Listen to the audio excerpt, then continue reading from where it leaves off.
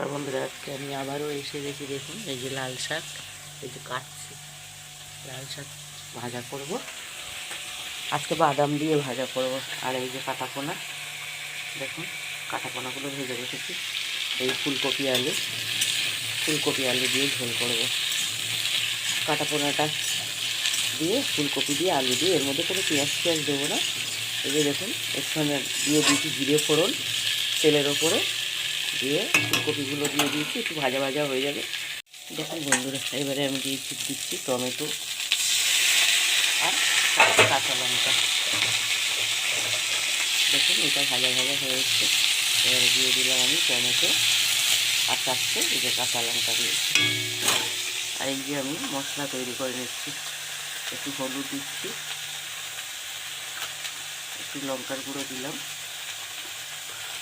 এই সামান্য একটু জিরের গুঁড়ো দিলাম। আমি এই মশলাটা এইটার মধ্যে দেবো, এই ঝোলের মধ্যে আমি মশলাটা দেবো।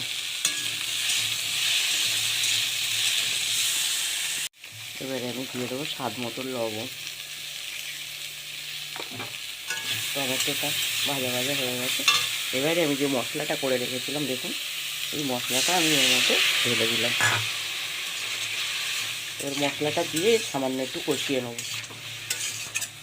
2 মিনিটের জন্য আমি এটাকে ঢাকা দিয়ে দিলাম, তাহলে মশলাটা ভালো করে এর মধ্যে হবে। বন্ধুরা দেখুন মশলা থেকে তেল ছেড়ে দিয়েছে, ফুলকপি আলুগুলো ভালো করে কষা হয়ে গেছে। দেখুন কত সুন্দর কষা হয়েছে। এবারে আমি দিয়ে দেবো জল, পরিমাণ মতন জল দিয়ে দেবো।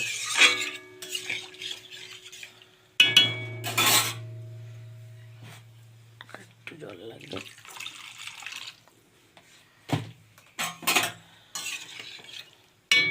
এবারে আমি আস্তে আস্তে মাছগুলো দিয়ে দেবো।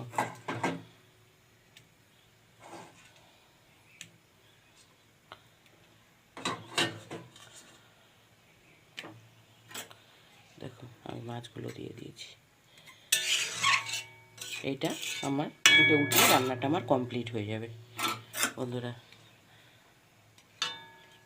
ঝোলটা ফুটে উঠলে রান্নাটা আমার কমপ্লিট হয়ে যাবে।